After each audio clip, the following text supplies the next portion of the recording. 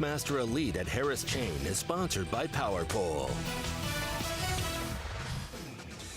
Welcome back to our on-location coverage here in the Sunshine State, the second stop in the Sunshine State to kick off the 2022 Bassmaster Elite Series, this one in Leesburg, Florida.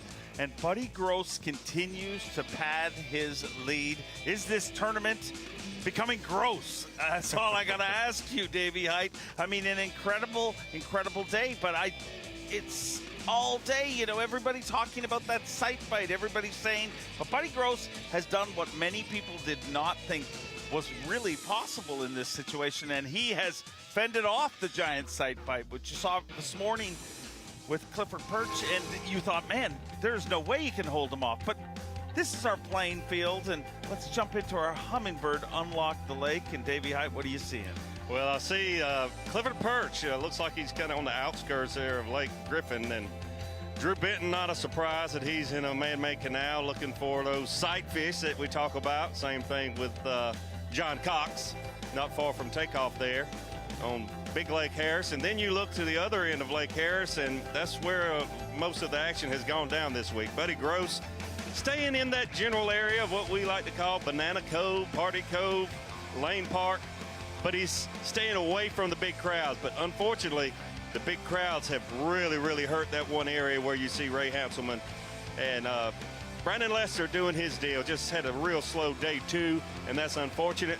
Scott Martin, one of the anglers, is actually fishing for those spawning fish that he cannot see, just pitching and flipping, using a jig quite a bit around those reeds and scattered pads. Welcome back to our on-location coverage from Venetian Gardens here. And Davey Height, is this tournament over? Seth Feider told me a moment ago, he said, it's done.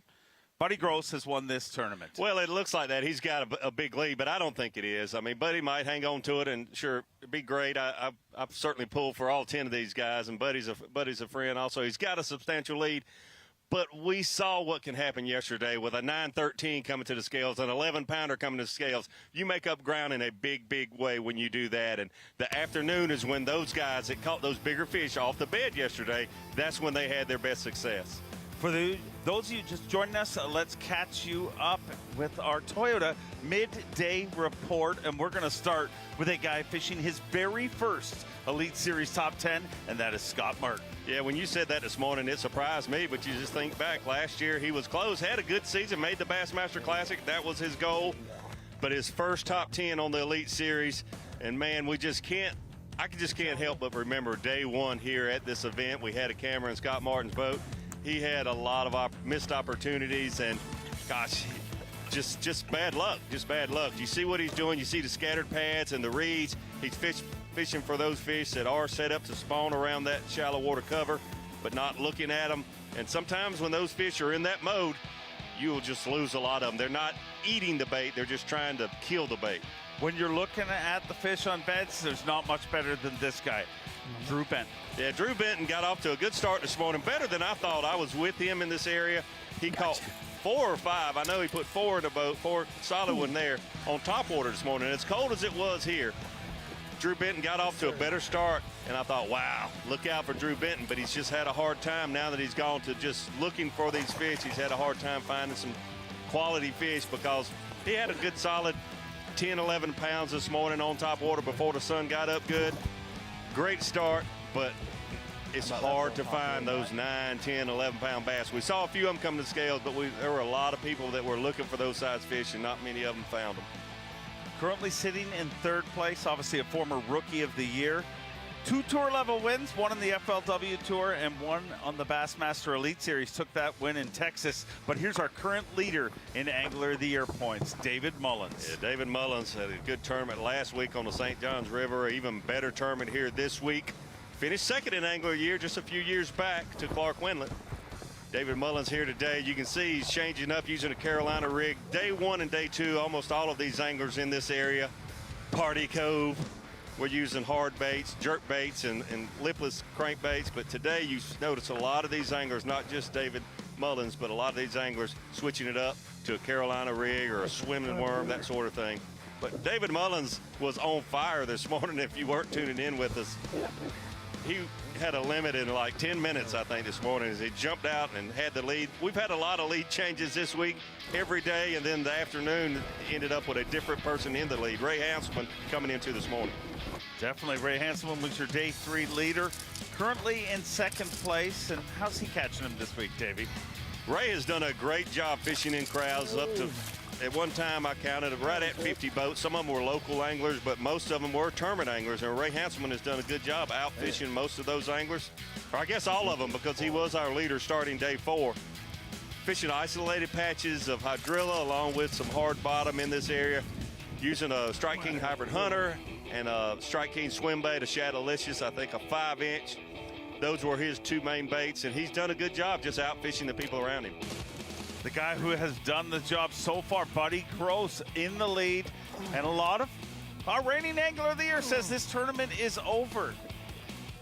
Buddy Gross has done a fantastic job this week. Had a slow day, day 3, but that's actually when he took, day 2, but that's actually when he took the lead. He didn't catch as many, and he said, I had a disappointing day.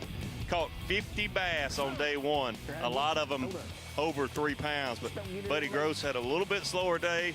According to him on day 2, took the day 2 lead. Yesterday stayed right in the hunt, and you know you had to look out for him because he was doing what most of the field was doing in that Lane Park area, but kind of staying on the outskirts, so to speak, trying to find isolated shell beds and bars, a little bit of hydrilla.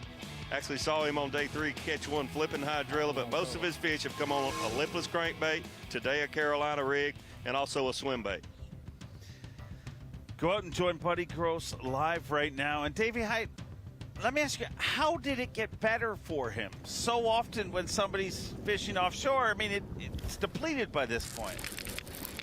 It obviously is not. It's not depleted. We said, I think that was a pretty good fish. I couldn't even reel him. I knew that was the bite cast though. Golly bum. He had it deep in his mouth, line's even frayed up. I don't know how I did that, but it just hook come out barely, wadded up. Just sometimes that worm wads up and it's just bad luck. It's just bad luck that time.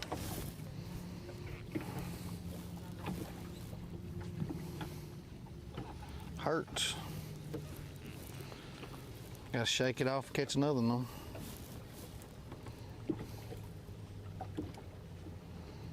I couldn't do nothing with that one. When I had no reel power, it was just slipping, so it was heavy. A couple of them opened their mouth though, and I thought they was big, and they just had their mouth wide open, but we moved that one a little bit, but not far.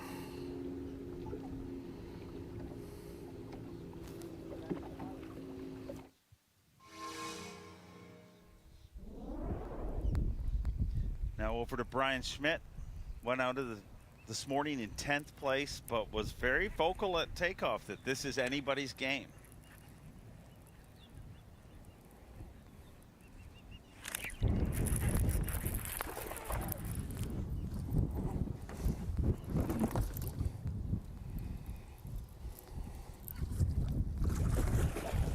Barely hooked.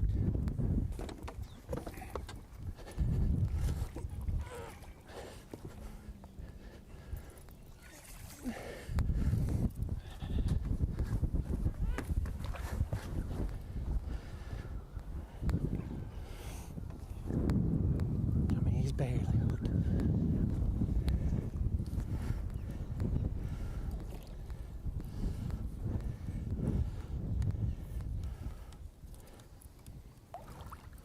Yes. Whew. Stop that thing, dude.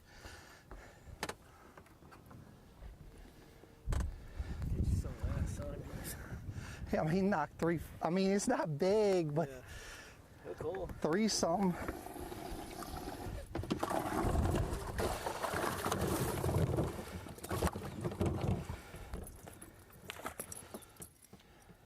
Not big, but a 3-something sure helps a whole lot. He just culled one that would look like it was about 1.25 pounds, maybe 1.5 pounds, so a big help for him. that fish hit close to the boat, and it was interesting. He had to make a couple trips to the front and back of the boat there fighting that fish. Like you said, he said this morning, it's not over. We got a lot of fishing time left, but Buddy Gross has done a good job padding his lead. Does it shock you that the start this morning and the sight bite hasn't? You know, after seeing perch, I mean, you would have thought by this point in the day, it has been bluebird all day long. You would have thought there would have been a few other giants.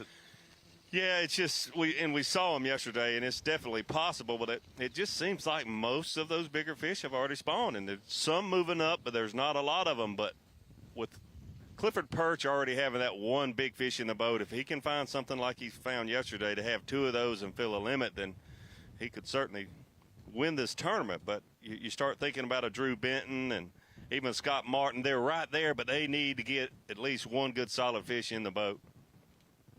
Tell me, let's have a look at our TH Marine weather watch. 72 degrees and sunny. That's pretty much perfect, Davey Height. Wind out of the east, about 11 miles per hour. Yeah, the 11-mile-an-hour wind is probably one thing that those sight fishermen wish they didn't have today. It feels like a little more than 11 miles an hour, but that's just because we're on the water right here. But just a perfect day, 72 degrees and very, very few clouds in the skies. That's your TH Marine weather watch. 72 degrees, sunny, and wind from the east at 11 miles per hour. But riddle me this, Davey Height. How did Buddy Gross's bite get better today on the final day? I just really think he's done a good job at finding the shale beds that are close to the Kissimmee grass. If you see, we got a 4 box here with Buddy Gross being in top right. You see that Kissimmee grass, how close he is fishing to that? Ray Hanselman and Brian Schmidt are fishing the same type of cover that Buddy Gross is fishing, but farther offshore, and I just think those fish have been moving right out of that Kissimmee grass right to where Buddy Gross has been fishing. He told me after day 1 that he had really figured something out different than a lot of the other people were doing, and I didn't dig into it too much. You know, they don't want to give up a lot of their secrets on day 1, but I really think that's what it is. He realized that these fish are coming off the bank, and the first stop is where Buddy Gross is trying to find them. A great day we're having for the second championship Sunday of the season.